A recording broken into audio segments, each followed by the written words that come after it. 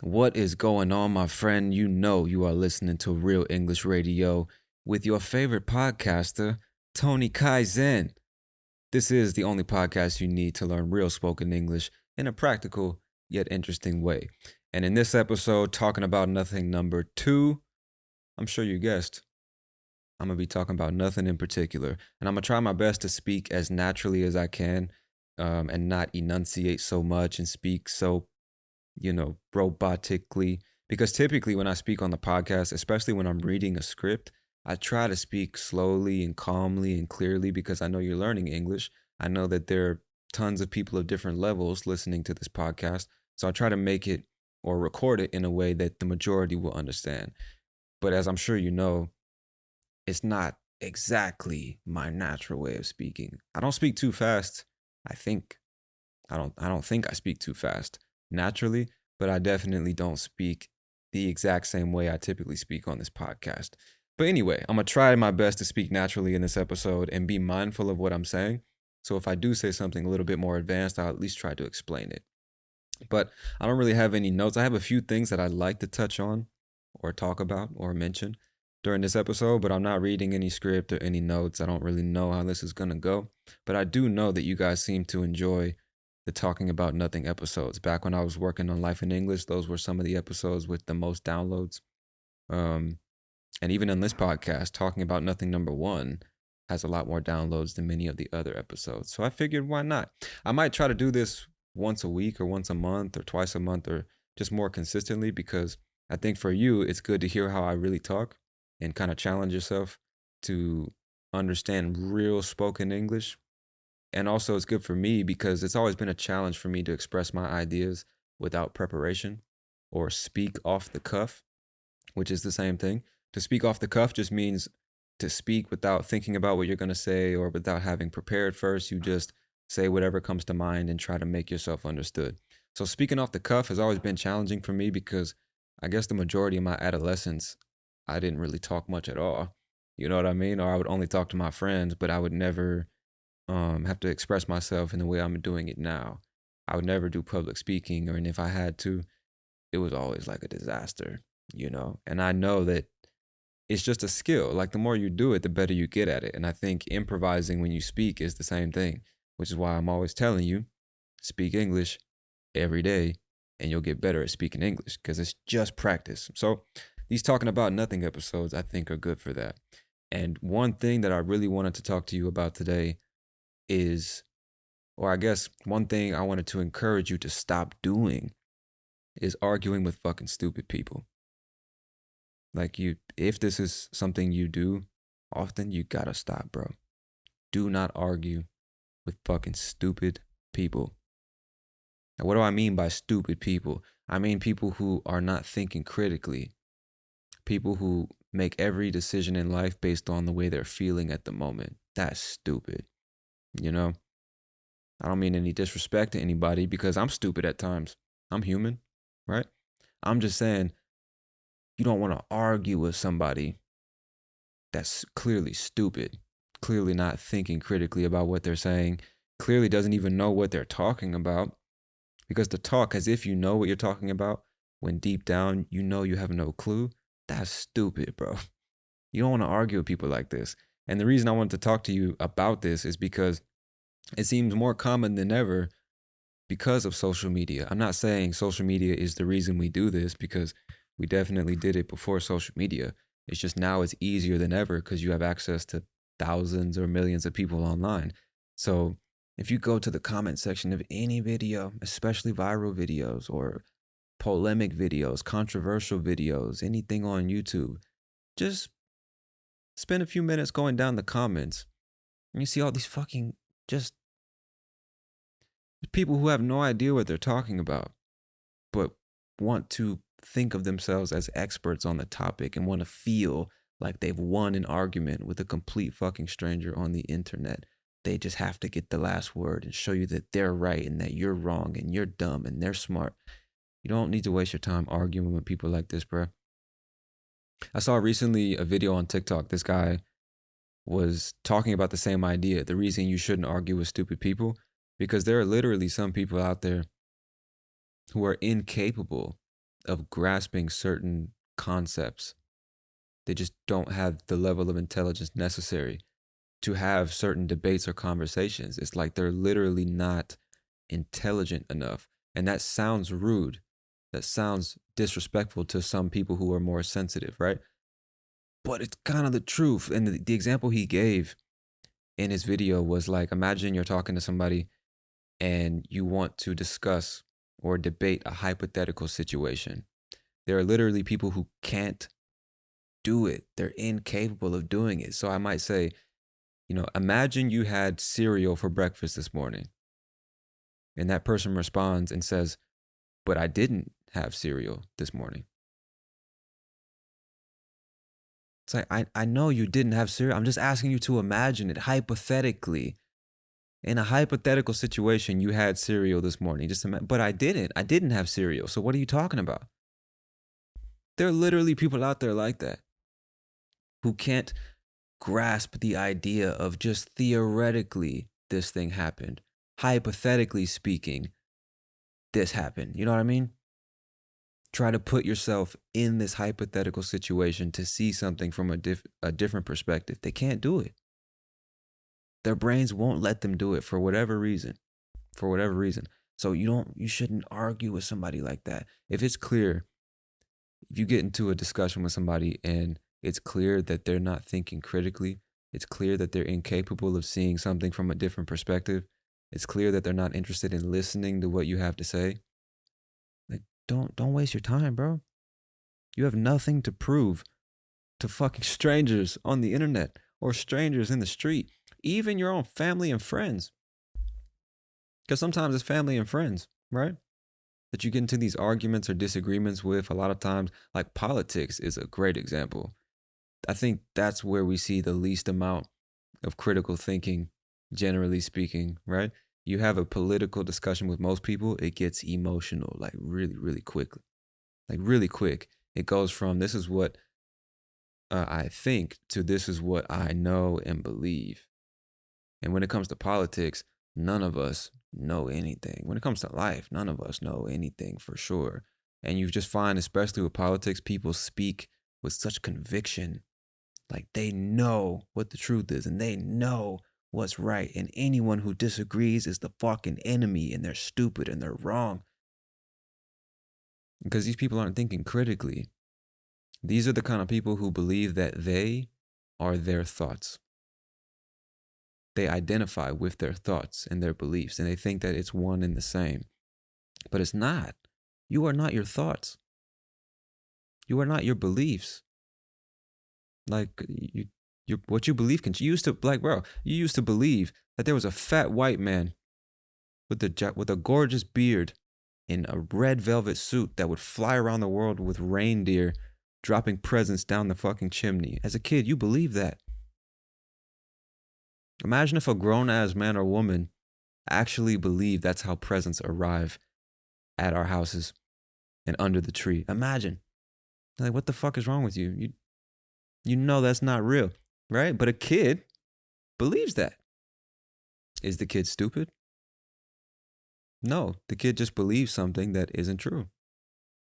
That's it, right?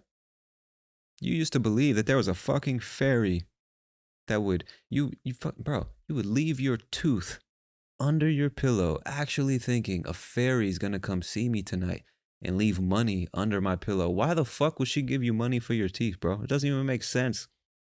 It doesn't even make sense. But as a kid, you believed that. You couldn't wait to put the fucking the tooth under the pillow. Like, man, I'm gonna wake up. It's gonna be $1 there. It's gonna be $5, $10. What? And you wake up, you see the money. Like, what? The tooth fairy came to visit me. Like, bro. And as an adult, if I told you the next time you lost a tooth, just put it under your pillow, I guarantee there'll be money there tomorrow. You'd be like, bro, what the fuck are you saying to me right now? What are you talking about? Because your beliefs can change. And just because you believed something that wasn't true in the past doesn't mean that you were stupid back then. It just means that you believed something that wasn't true.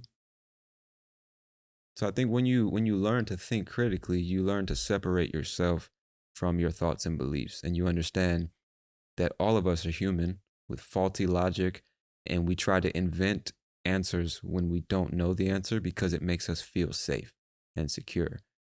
But we shouldn't like lie to ourselves and really start to believe that we have all the fucking answers and we know what's right and what's wrong and what's true. This shit's all relative, bro.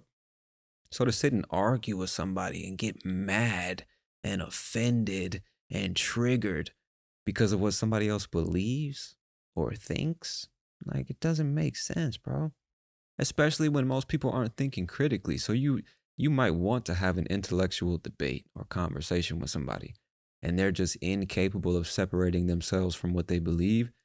So the conversation immediately gets emotional and they want to yell and talk over you and call you names.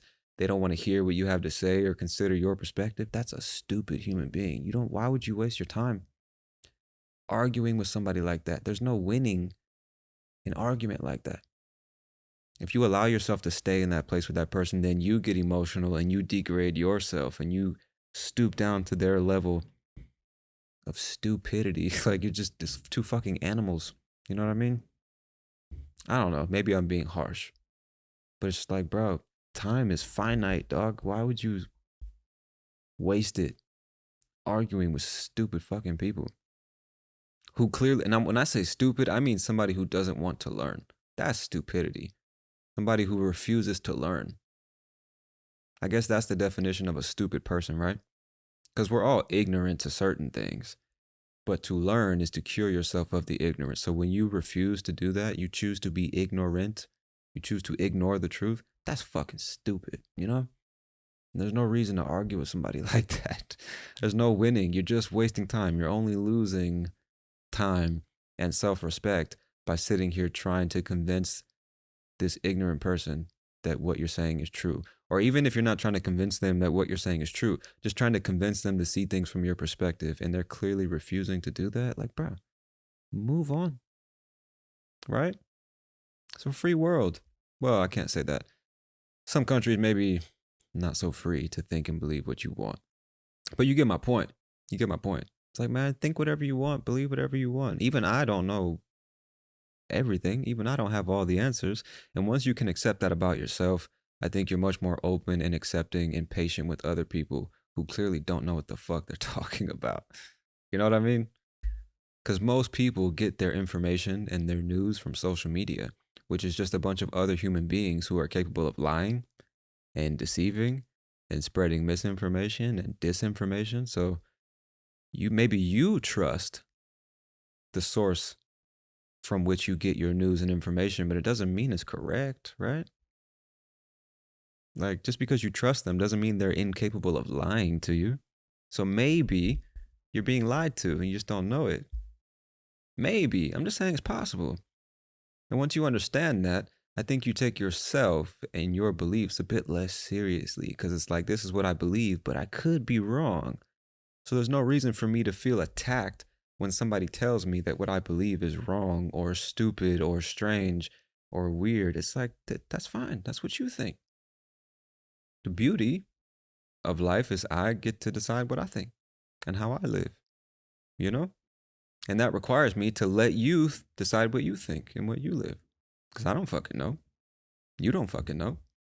So why are we getting emotional about this shit? Let's just agree to disagree. It's like, oh, that's what you think? Cool. This is what I think. Cool. Let me try to consider it from your perspective just to see if I can find any sense in your way of seeing the world. Maybe I can. It happens all the time, right? You talk to somebody and they say something that you had never even considered before. You're like, oh, damn. And then it changes the way you see the world a little bit. It changes what you believe, even if just a little bit. That's smart. That's intelligent. But the person who's like, man, fuck that, fuck him and his stupid ideas, I'm not even going to consider it. That's stupid, bro. There's no reason to waste your time arguing with somebody like that. You know what I mean? This doesn't make sense. It's a waste of time. I don't know. Maybe I'm actually getting old, because the older I get, the more I just want like fucking peace, bro. You know?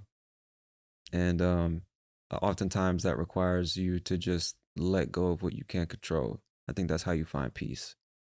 Just fucking let it go, man. Like that's what you think? All right, cool. Fine, whatever, bro. Just keep it over there. Don't come over here with that shit trying to force me to think and believe what you think and believe. As long as you don't do that and you stay away from my kids, I don't give a fuck what you do, bro. Free country, you know? And then you can just be at peace. And then when you go around trying to like force your way of viewing the world on other people, it's like, bro, there's so many better ways to spend your life. You know what I mean? Don't argue with stupid people. Don't argue with anybody you don't respect as an equal. Don't argue with anybody who you believe isn't interested in trying to understand your viewpoint.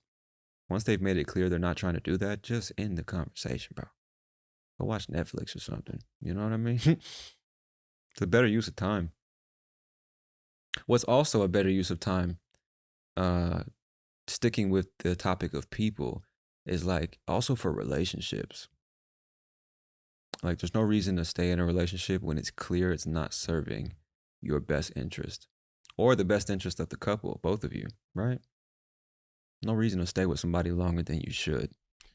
A friend of mine recently ended a long-term relationship, and obviously it's very disappointing. It's very difficult to come to grips with the fact that this relationship that you had such high hopes for is now over. It's hard to accept because you could see all the potential and you just believe like if we could just fix a few things, everything would be perfect and we could live our lives happily together and all these things. And then when it comes to an end, you're just like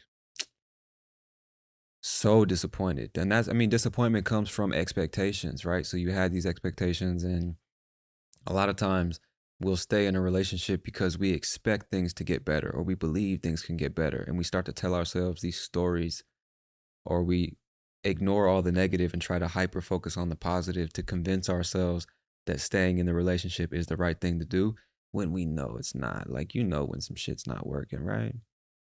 You might have doubts at first, but after like 3, 4, 5, 6, 7, 8, 9 times of the same shit, it's like, okay, this is clearly not working. I've tried everything I could think of and nothing's changing. It's like, it's time to go, bro.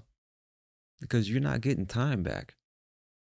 You're just not. And this is just personal opinion. This is my opinion, but no individual on planet Earth is that important to the point where I should like sacrifice my well-being, my mental well-being, or my own happiness or satisfaction in life just to continue being with this person. Like, bro, you know how many women are on this planet, bro, or men? Like, you know how many people are on this planet? The idea that you can only be with one, to me, doesn't make sense. So if it's not working, bro, just fucking move on. Move on. It's tough at first, right? But you get over breakups, like, you know, be fine. You will be fine. Give it a couple weeks, a couple months, and then it'll just be a bad memory. Like, move the fuck on. You got to put yourself first. Put yourself first. And I don't mean be selfish. I think it's two different things. I think putting yourself first just means respecting yourself enough to the point where you won't let anybody else force you. You won't devalue yourself for anyone else. I think that's what it means to put yourself first. So if you know you're being mistreated in a relationship, by staying in that relationship, you're putting the other person first because you want them to be happy and you want to continue to be a good partner for them. But what about you, nigga? You know what I'm saying? Like, nah, bro. Gotta put yourself first. And this is dangerous advice because at least on TikTok, I see so much dangerous relationship advice from people who aren't even in successful relationships. You know what I mean? You gotta be careful. Even listening to me, take everything I say with a grain of salt, which basically means understand that this is just my opinion. It's not necessarily fact. You should do your own research and figure out for yourself what you think. That's what it means to take somebody's words with a grain of salt. So take all of this with a grain of salt. I'm just saying it's dangerous advice to tell somebody, put yourself first, think about yourself first in a relationship, because you should. But a lot of people will take that and think, oh, well, fuck my partner then. I'm going to just be selfish and only think about myself. That's not what I'm trying to say. I'm just saying never devalue yourself or disrespect yourself just to keep another person in your life. because then that we only respect people who respect themselves. So when you start to disrespect yourself just to keep your partner around, they're gonna notice that you don't respect yourself anymore. They pick up on that. They notice that shit. They see you don't respect yourself, so then it's okay for them to continue disrespecting you and take advantage of the fact that you don't respect yourself. You've just taught them that they don't have to respect you to be in an exclusive relationship with you. So why would they respect you? You see what I'm saying?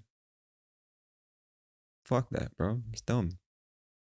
We only respect people who respect themselves. And so I think when you start respecting yourself, it also becomes clear who should and should not be in your life.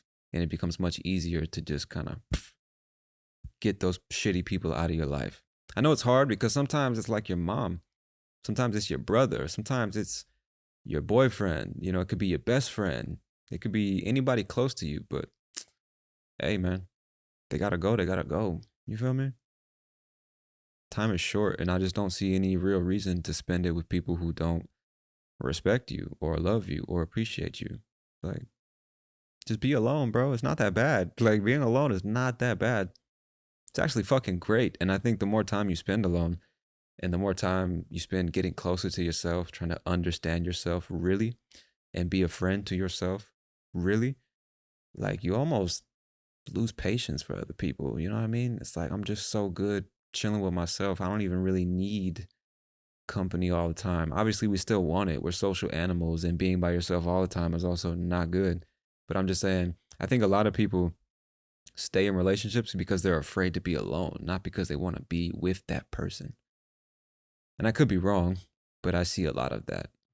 I've done that personally, you know?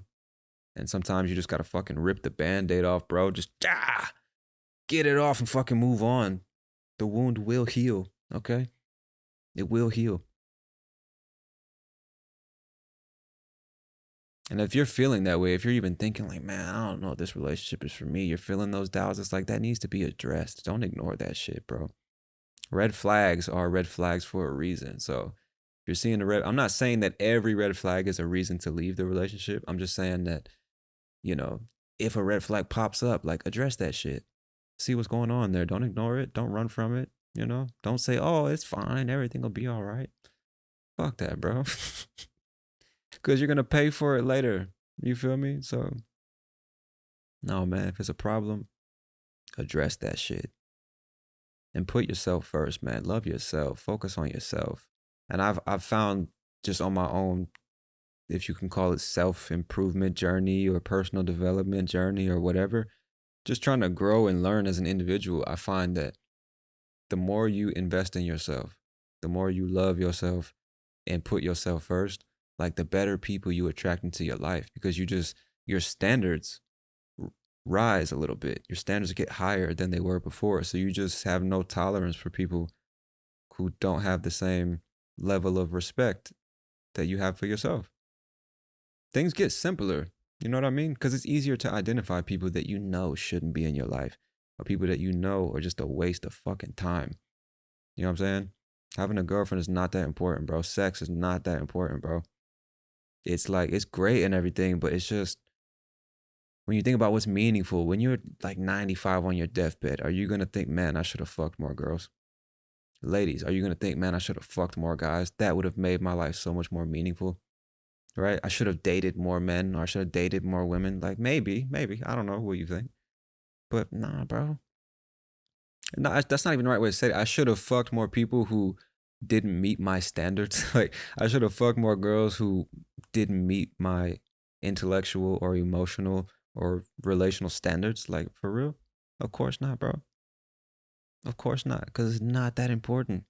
Finding a quality partner and forming like a quality, healthy, loving, mutual relationship that's founded on respect and admiration and mutual attraction, that's important. But you only need one of those, right? So until you come across that, like, you know, anything less than that just is not that important. What's important is you, right? Focus on you, bro. Your life, your dreams, your goals, your career, your money. You know what I'm saying? Your livelihood, your sense of security, just you. Because no matter what they tell you, You were born alone and you're going to die alone. I know that's hard for some people to accept. It's an uncomfortable thought for some people, but it's true, right? Like, you don't choose your family. You just happen to be born to this man and woman who are technically related to these other men and women, and you guys call yourself family. But family is about connection. And sometimes your family, people who don't even have the same blood running through their veins. You know what I mean? So, anyway, the point is, like, whether it's family, friends, wife, husband, whatever, like, you're going to die alone, bro. You're going to die alone. And you were born alone. You were born into this world by yourself. So I think although we evolve to be with other people and have relationships, and that's super important, you still need to know how to be by yourself. Because if you're incapable of being by yourself, that only increases the chance that you'll feel the need that you have to be around other people to feel safe or comfortable or relaxed or at peace, which means your whole life you'll be dependent on other people. And most other people don't give a fuck about you, bro. They could leave at any time, or through some strange circumstances die maybe unexpectedly. And then what? You still with you, you know what I'm saying? So I think something that I don't hear being talked about enough, like, man, just kind of like getting back in touch with yourself, getting off the fucking phone, putting down the distractions, sitting in a room by yourself with those uncomfortable thoughts or feelings, and just face it, bro. Just like, it's not that bad. It's not that bad. And I think it'll be a lot better for you if you can learn to just put yourself first. It might be lonely at first, and it will still be lonely at times, but I've always been the kind of person that prefers solitude over bad company. It's like, if I have to be alone, then fuck it. It's better than being with shitty people. Because then I feel shitty. And if I spend enough time with these shitty people, I become a shitty person. And I lose respect for myself. I don't even like the person I see when I look in the mirror. It's like, why would you live your life like that, man? Fuck that. Fuck that, bro. You're better than that. You deserve better. You know? So if you got shitty friends, fuck them. Shitty boyfriend, fuck them. Shitty girlfriend, fuck her, bro. You will find something else. And even if you don't, hey, that's life. Better than being with that shitty motherfucker. Right? I don't know. That's what I think. I'm curious to know what y'all think. Let me know. Let me know what y'all think. Anyway, I don't want to touch on that too long. My friend that I was talking about, I'm sure she's listening to this podcast. Shout out to you. Much love to you. You know what I'm saying. We talked about this. And I just thought it would be important for other people to hear that. Because maybe you don't have any good friends around you that will tell you the truth. But I'm going to tell you the truth, bro. Shitty people in your life, fuck them. Mom, fuck her. Brother, fuck him. Sister, fuck her. Dad, fuck him. Hey, I'm just saying, man, if they're shitty people and it's clear that they're not going to change, you got to do what's best for you, man. If that means moving to another city or state or country, if that means being single for the next 3 years while you just focus on yourself, fucking do it. Just do it. Ask yourself, what's the alternative? If I stay in this situation, I know that's not good for me.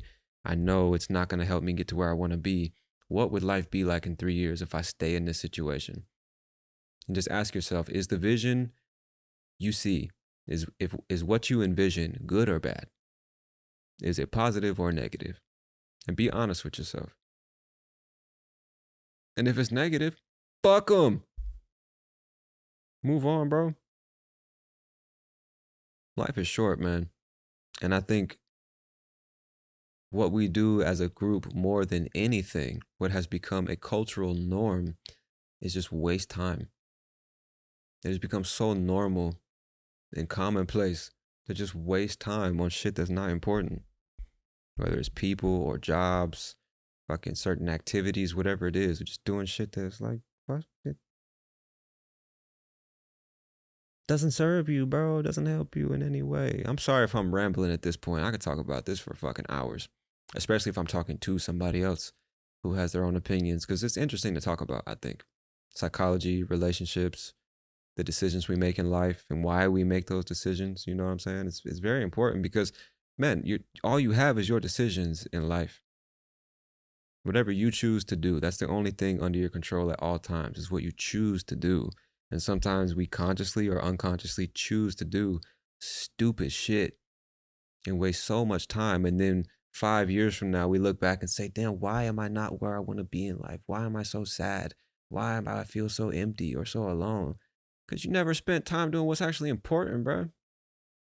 Getting to know yourself and taking on challenging activities and tasks to grow and develop as an individual, seeking out better friends or better partners. You know what I'm saying? Trying to elevate your self image. You know what I'm saying? Improve the way you see yourself. I don't know. I don't know.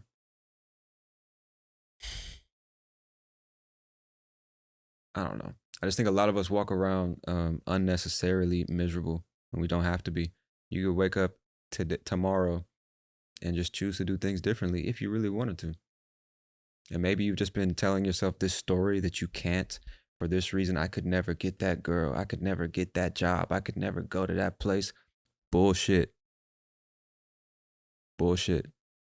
And do whatever the fuck you want to do. And I'm sure that there are people in certain countries, very poor countries with not very many opportunities. And it's easy for me to say, you can do anything, right? Yeah, God bless America. I'm American. I get it. We have certain freedoms and privileges that people don't have in other countries. I'm fully aware of that. But I don't think that goes against the idea that you can still do what you want to do. At the end of the day, you still choose what you do. So even if you never get to the destination, just the act of trying to get there is better than sitting here miserable saying, oh, it could never be done. That's what I think anyway. I mean, like, why just, why would you do that? Just to, it's like, oh, well, I don't think it's possible. So let me just not even try. Why not just try just to see? Just to see. You might prove yourself wrong, I don't know. And then we also get told by we also sometimes it's not even you that believes it's not possible. It's just the people around you have been telling you for so long that what you want is not possible, or the people around you have made you feel that whatever you want in life you can't get, you're not good enough to get it, that you start to believe it. But I just find it hard to believe that human beings naturally go through life thinking of themselves in a negative way. I believe that's put inside of us by way of the experiences we have and the people we come into contact with. You know what I mean? And then we choose to accept those negative perspectives or views of us or opinions of us or things that are said about us or whatever, or we interpret people's poor treatment of us as something that we deserve. You know what I mean? Some people think like, if I'm being treated like shit in this relationship, it's because I deserve it. This is the best that I can get. This is all that I deserve. So I should just accept it. Bullshit. Bullshit. Not just relationships, but even at work, like in your career. I could never make more money than this. I could never get a better job. Bullshit, bro. Bullshit. Nah, man. Nah. You can do whatever you want, man. And I don't say that just because I'm American. I say that because I believe it to be true. Obviously, it depends on each individual case. This is a general statement, but generally speaking, you get to choose what you do every day. This probably sounds really dumb to somebody in like some poor country where there's absolutely no opportunity and the system is clearly broken and designed to keep them down and poor. I understand this probably sounds dumb to some people, but it's what I believe, because I'm not just talking about money, whether it's relationships or personal development, whatever it is. If you're listening to this right now, you have access to the internet, which means there's a lot of things you could do that your parents or grandparents could never do, but you can do them now because you have the internet. So that's something. And even outside of the internet with relationships, that cute girl at the cafe you see every week, bro, you could get her, bro. You know what I'm saying? You could do it. You just have to believe you can do it. And even if she's not interested, guess what? There's other women, bro. Ladies, there's other guys, I don't know, bro. I don't know. Believe in yourself, man. If nobody else will, you gotta believe in yourself. Because if you don't, you've already lost. You know what I'm saying? Believe in yourself, man. Fucking getting emotional thinking about it. Just because it's like so deeply important. And I think so many people walk around with these false ideas about themselves and with these self-defeating mindsets, and we tell ourselves that this can't be done, or I'm not good enough for that. I could never do this or be that. Fucking bullshit, bro. Not true. It's only true because you decide it's true. You accept it as true. And I don't have an instruction manual on how to change your mindset and think more highly of yourself. But one thing that's worked for me is just do more, bro. Do things that you can be proud of. Take on challenging tasks voluntarily and achieve something in life. Stop focusing on shit that doesn't matter, like scrolling on your phone or trying to impress other people or seem cool or interesting or be like, bro, fuck all that shit and just focus on something meaningful. You know? I don't know what that is for you. I can't give you that answer. Only you know what that's going to be. But that's something that's worked for me, is just dedicate yourself to meaningful things. Get back in the gym. You're fucking lazy, you're sloppy, you're starting to put on a few pounds, get back in the gym. Get back into shape. You will feel great about yourself. Learn a new language. You're learning English. Practice and dedicate yourself every single day. Do whatever is necessary to improve your communication skills. You will feel good about yourself after you do that, right? You have that idea for this startup business or this side project you want to work on. Just try it, bro. Just try it. Worst case scenario, it goes nowhere. But maybe it goes much better than you expected. Maybe. You won't know until you try, bro. And just imagine you try and you actually succeed. Imagine that, right? Imagine how much better you would feel about yourself. How much more valuable you would feel to yourself. How much more confident you would be in yourself. A lot of times we lack confidence and self-esteem because we never do shit. You sit at home doing the same shit every day, not growing or developing or trying new things or being challenged at all.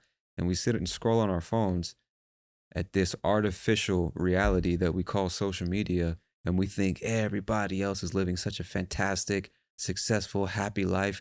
I'm a piece of shit. I'm not doing all that cool stuff. I don't have all those relationships. I don't have any money. I don't look cool. I'm not creative. Fucking nonsense, bro. Fucking nonsense. Stop wasting your time, bro. This is like a relatively negative episode. I'm sitting here listening to myself. I hope this doesn't sound negative, and I hope it doesn't sound like I'm like trying to give some intervention or scold you or anything like that. It's not a motivational speech or none of that bullshit. This is just what's on my mind at the moment, so I'm talking to you about it, It's super important.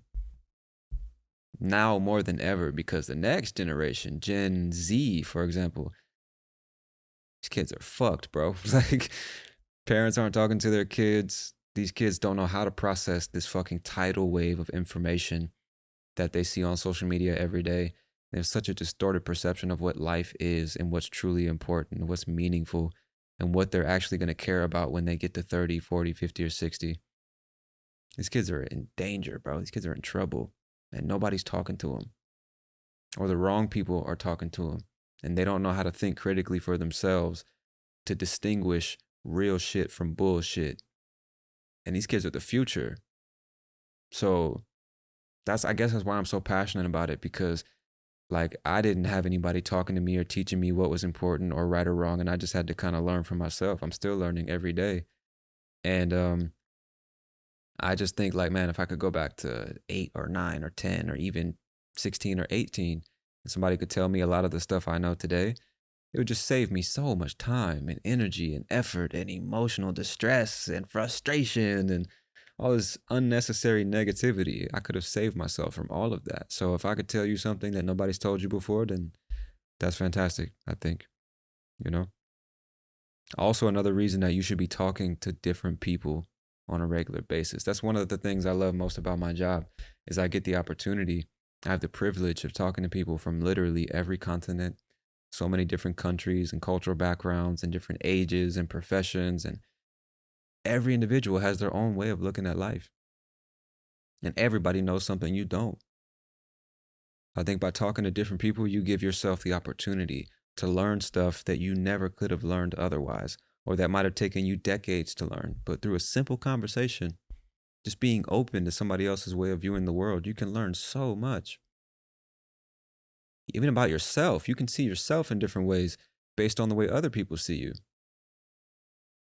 or based on the way other people see themselves. You know, listening to the way people talk about themselves could possibly teach you how you should talk about yourself. I don't know if that makes sense, but sometimes we only know how to talk about ourselves in a negative light. So when you listen to somebody else talk about themselves in a more pragmatic way, acknowledging not just the negative, but the positive, maybe that'll put the idea in your mind. Oh, damn. This person is able to acknowledge their weaknesses while also appreciating their strengths. And they don't let their weaknesses convince them that they're a piece of shit. They just say, I need to work on this stuff, but I'm also good at these things over here. You get what I'm saying? It's probably not the best example. The point is, talking to various people from various walks of life, and more importantly, listening to various people from various walks of life, is the kind of education that you can't pay for. It's the type of thing that will make you grow in ways that no other activity can help you grow. You need to talk to different people. You need to talk to people that you disagree with. You need to talk to people that have a different way of life that you think is strange or dumb or weird, and at least try to understand why they do the things they do or why they believe what they believe. You don't have to agree, but just try to understand. You know?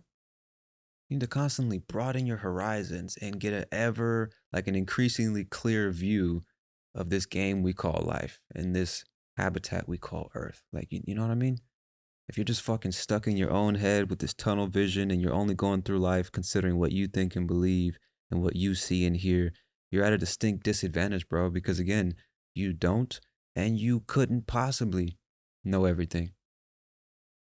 So by not listening to other people, you're choosing to remain ignorant. And that's stupid. Like I said before, that's dumb. And you'll find the smartest, the most intelligent people who have their ego under control and have not fallen into arrogance, but the most intelligent people who are also humble, they want to know what you think. They want to know how you feel. They want to know why you said what you said. They don't get offended easily. They don't take other people's words personally. They don't get triggered by people's opinions or a difference of belief systems. Like, I want to know why you think and believe those things, just so I can understand. Because the better I understand you, the better I can communicate with you and work with you and coexist with you. But if I'm just walking around making assumptions, thinking I know and understand what everybody else thinks and believes without even having talked to those people, I'm fucking dumb, bro. I'm stupid. You should not respect me or listen to what I have to say if I'm not open to respecting and listening to what you have to say. Fuck me if that's the case. You know what I'm saying? If that's the way I go through life, bro, fuck me. That sounds funny. Fuck me. You get what I'm trying to say. You get what I'm trying to say. So, man, just talk to other people. Listen to other people. You can say what you got to say, but just keep yourself under control. Let them speak. Think about what was said. And it might change what you have to say. You know? Just a piece of advice, my friend. You could take it, you could leave it, you can do whatever you want with it. I'm just saying that you learn a lot more and you grow a lot more when you're open to viewing the world in different ways. When you detach yourself from your own thoughts and opinions and you accept the fact that you might be wrong. It's most likely, you're most likely wrong, right? Human beings, like we're not, we think of ourselves as logical, we can reason, but it doesn't mean we're right all the time, right? The brain malfunctions in predictable ways. That's why you should study human psychology. I don't know why we're not taught about that in school. The way the human brain works, neuroscience and psychology, why we're not taught these things. Because the more you understand the human brain and the predictable ways it malfunctions, the better you get at using your brain productively, and the better you get at understanding other people's brains, the better you get at understanding why people do the things that they do. And then it's impossible to take shit personally or get offended when you understand like human psychology. It's impossible. Right? If you really understand how this shit works, how could you possibly be offended by something somebody else says? You know what I mean? Like, to get offended is a choice. And if you get offended by somebody's like opinion, or even if somebody insults you directly, like if you're I don't want to use, I mean, the word enlightened is kind of cringe, but if you're enlightened, if you're awake and paying attention, there's no logical reason to take that shit personally. Somebody insults you, that's what they think of you. That's fine. Like, I don't give a shit. Call me whatever you want. You know what I mean? Yeah, like, you don't have to acknowledge it. Might calls you a bitch ass nigga or a fucking whatever. Like, okay. All right. You know, all it does is say something about them. It says nothing about you. So, and this is kind of a different subject. At first I was saying just listen to people and talk to different people, be open, try to learn something from everyone you meet. This is a different subject now, right? I'm saying don't take insults personally. Don't take a difference of opinion personally. You know what I mean? You got to rise above that primitive way of thinking and living, in my opinion. Got to rise above that, bro. It's the only way you're going to grow. It's the only way.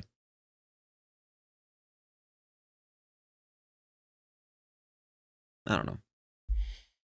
Man, I'm sitting here looking out the window at these apartment buildings. I see a swimming pool. I see these beautiful, I don't know what kind of trees they are, these two gigantic trees in front of me, and then a bunch of other apartment buildings. And that's something else I wanted to talk about today, was just the concept of living in apartments in general. In bonus episode number 8 that I put out, I talked about apartment living. Dr. Panova talked about apartment living. I didn't necessarily talk about it. She did. But in that episode, she was talking about the benefits of living in an apartment, because at least in the US, the idea of finally buying a home and getting out of the city and living in the suburbs in peace and tranquility, that seems to be a dream for a lot of people, when really there's still a lot of negative sides to owning a house and a lot of positive aspects of just renting an apartment. And she talked a lot about that. And just in case you don't know, you can subscribe on Patreon by clicking the link in the description of this episode and get access to the transcript and vocabulary guides for all the podcast episodes, as well as access to bonus episodes only available to the people who support me and my work. Shout out to all the Patreon subscribers. I love y'all. But anyway, in bonus episode 8, we were talking about apartment living and some other stuff. I actually have a few bullet points or talking points about that. Just the ideal apartment living situation. I don't know if you listened to Talking About Nothing number 1 completely, but in that episode, I told you about my piece of shit ass neighbor living directly above me, who keeps her dog locked in a bathroom for hours on end. And now she took it out of the bathroom and she has it locked in a cage in the apartment. And for hours, on top of hours, the dog will be screaming and scratching and shaking the cage, basically saying, "Let me the fuck out of here. Why are you ignoring me?" And that's all we hear for hours. But anyway, that situation made me think, wouldn't it be fantastic if they had separate apartment buildings for people who have kids and or pets and people who don't? Wouldn't that be fantastic? Jesus Christ, it would be so wonderful if the entire building was nothing but single people, or even if they're couples or families, like just adults. No kids, no pets. And I love kids and I love animals, but Jesus Christ, are they fucking annoying? Jesus Christ, are they annoying at times, bro? Like, just, I don't know. Just especially, like, I love dogs, but I think one thing that cats have over dogs, one advantage they have, or one positive thing that they have over dogs, is they don't bark or whine. Dogs bark and whine incessantly, bro. Just bark and bark and bark and bark and bark. Or like when they want attention, they'll just whine like just fucking for hours. And it's like, shut the fuck up. Shut up, bro. You know what I mean? I don't know. It's fucking annoying. It's really annoying.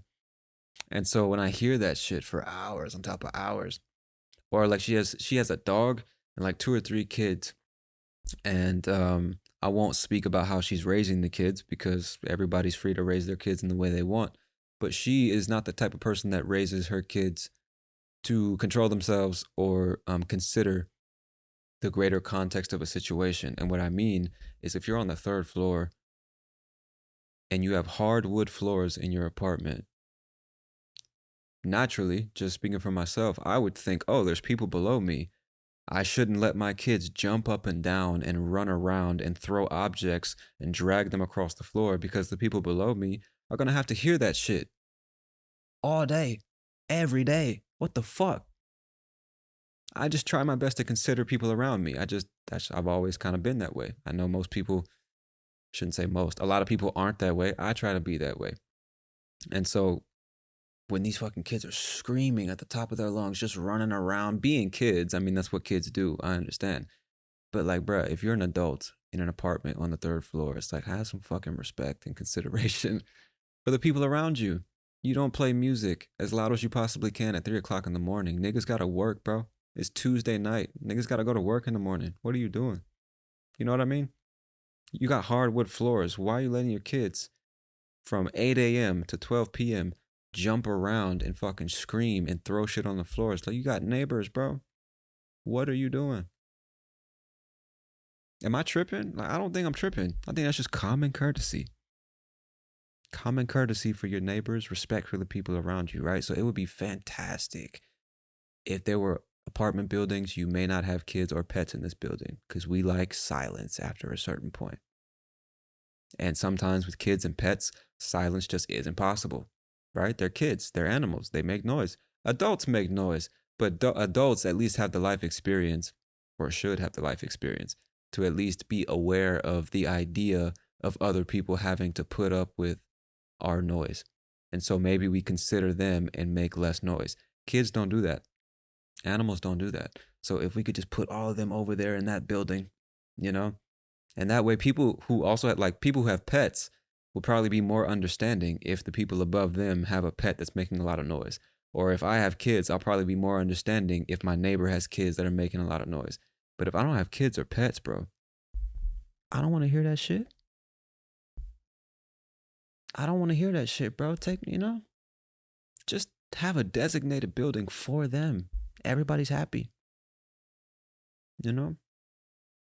Or maybe everybody wouldn't be, maybe I would just be happy. I would be happy in that situation, you know? Because it's just like, man, I'm the type of guy that appreciates silence, especially when I'm working from home and I'm like writing a podcast episode or I'm in class or something. Or if I'm just after a long day, you just want to like chill, man. The only noise I want to hear is the noise I make. And I don't make a lot of noise. So obviously, like, you got noisy neighbors. It's just a pain. It's a pain in the ass, bro. It'd be cool if there was a separate building for noisy people who wanted, like, if you could sign up when you rent the apartment and you could say, I don't mind living near people who make noise at 2 o'clock in the morning. Fine, go live in that building over there. Building 4. Perfect for you. But if you don't want to hear noise at all times of the day, okay, this is the silent building. Over here, we don't make noise. After 11 p.m., shut it the fuck down, bro. Use your inside voice. Crank the volume down a little bit. Show some fucking respect. It's the quiet building, right? You got kids, building number 7. Make all the fucking noise you want. We got a playground. We got a bounce house. We got to do what you got to do. You got pets? Fine. Building number 3. Dogs, cats, birds, whatever you got to do, just do it over there, you know? Don't fucking force everybody else to put up with your shit. You know, this is a communal space. We got to coexist, bro. Show some fucking respect. Some fucking decency for your fellow human being. You know what I mean? It'd be cool if there was a separate building for smokers too. We used to have, maybe not separate buildings. I remember in my lifetime when I was a kid, there was a time when you had a smoking area of a building. Inside the building, I remember we went to a restaurant called Applebee's.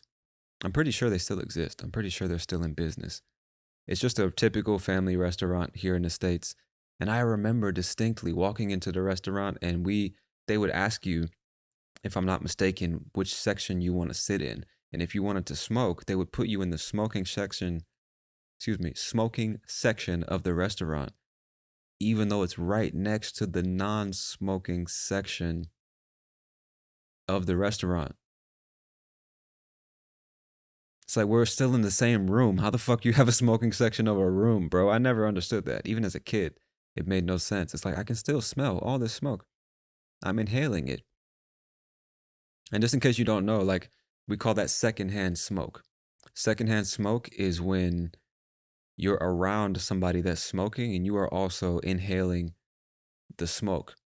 That's called secondhand smoke.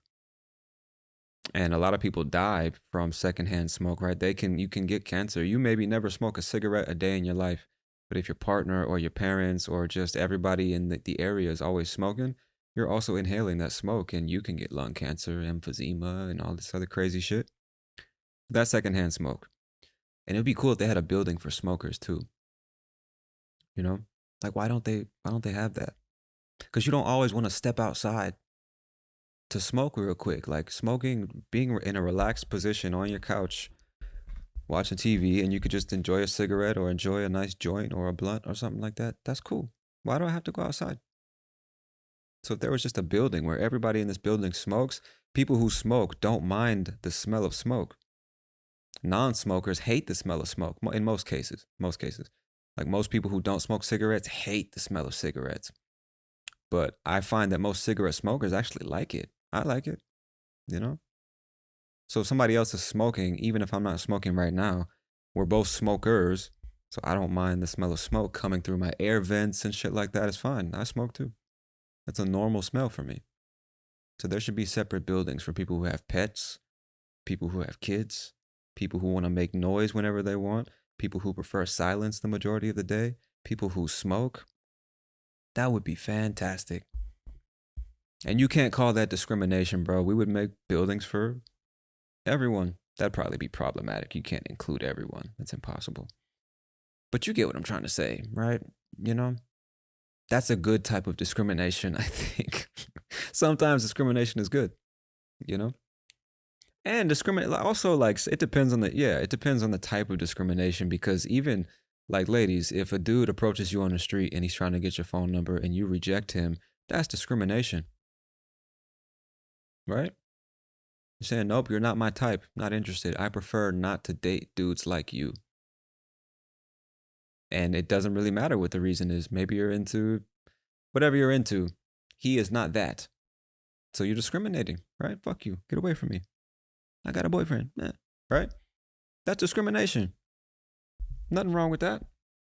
So it depends on the kind of discrimination. And I think building segregation would be a positive thing. Everybody who lives the same lifestyle in the same area, that's fine. You want to smoke? Go do it over there with the smokers. You want to have 7 dogs in your 1-bedroom apartment? Fine, go to the dog building. Not this one. No pets allowed in this motherfucker. You feel me? It would be better for me, I think. For a lot of people, it would be better. It would be fantastic. You know? Also, one thing that I think would be a cool addition to apartment buildings in general is slides. That would be really fucking cool. Because you know, like any building with more than 2 stories, there's a staircase. And just in case you don't know, a story, STORY, just like I read you a story, it's also a word that we use to refer to floors of a building. So somebody might say, this is a 10-story building. It means it's a building with 10 floors. I hope that makes sense. So any building with like 2 or 3 or more stories is going to have a staircase. And most apartment buildings, at least in the US, if it's only 3 floors, there's no elevator. There's no escalator. If it's like 9 or 10 or more, it's certainly going to have a staircase and an elevator. But why are those the only 2 options? Wouldn't it be fantastic if it's like a 2 or 3 floor, even, man, imagine like a 10-floor building, a 10-story apartment. But instead of walking down all those flights of stairs or just taking the elevator straight down, you could get on a slide like a fucking child and slide down each floor. Wouldn't that be fucking fun? That would be so cool, bro. And I think it would like the overall happiness of adults would increase. It's hard to be mad when you're going down a slide. That shit's fun, bro. So if every day when you leave the house you have to go down a slide, you just have a little bit of fun every time you leave the house in a good mood, right? Just leaving your house is fun because you have to go down the slide, and that's fun. That would be cool, you know? And it's faster. Like if you're on the 7th floor and your building's on fire, you can't use the elevator, and running down 7 flights of stairs, I think you can trip and fall, right? It's not as fun, but if you can just slide down like a firefighter or some shit, have a little bit of fun, then it's cool, you know? I'm just saying it would be fun if 3, 4, 5-story buildings had slides and staircases and elevators. So just if you are a kid at heart, if you're an adult with a childlike spirit and you just want to have some fun, you can have some fun. Don't take the stairs. Don't take no. Oh, where's the slide? How do I get downstairs? Oh, the slide is right over here through this door. Yeah. That'd be cool, man. That'd be cool. I've always been interested in architecture and also like alternative designs. Like I watch a lot of stuff on Instagram where people build different types of furniture, but they build it in this creative way where one piece of furniture can be used in multiple ways. Like a round table that separates into multiple pieces, and those pieces can turn into chairs. You know what I'm saying?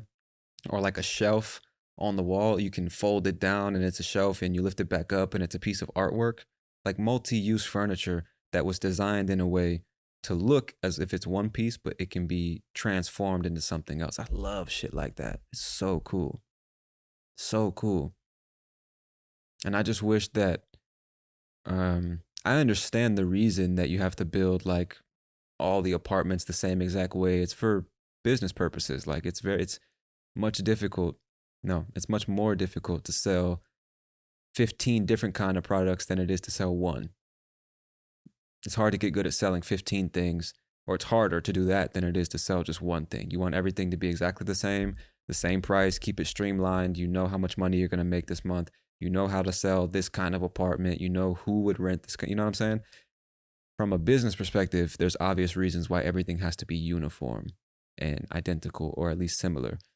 But from a well-being standpoint, I think people could really benefit from alternative architectural design. You know, stuff that's designed for the modern day human being and the way we live our lives, and stuff that's designed to just like to make being at home more fun. I don't know how we would do that. I'm not an architect or an interior designer, but if people have more liberty to design things in more creative ways, I think everybody would appreciate that. For the same reason that a world without art would be fucking terrible. You know what I'm saying? Just people having the liberty to create things just because they want to, just because it makes them feel good, because it's cool or interesting. Like art makes life better. Imagine life with no music or TV series or movies or paintings or poetry or literature, instruments, any creative endeavors. Just imagine what life would be like. Now imagine living in a city where all the buildings look the same, all the streets look the same. Everybody dresses this, you know what I'm saying? It's just less interesting. It's boring. It's depressing.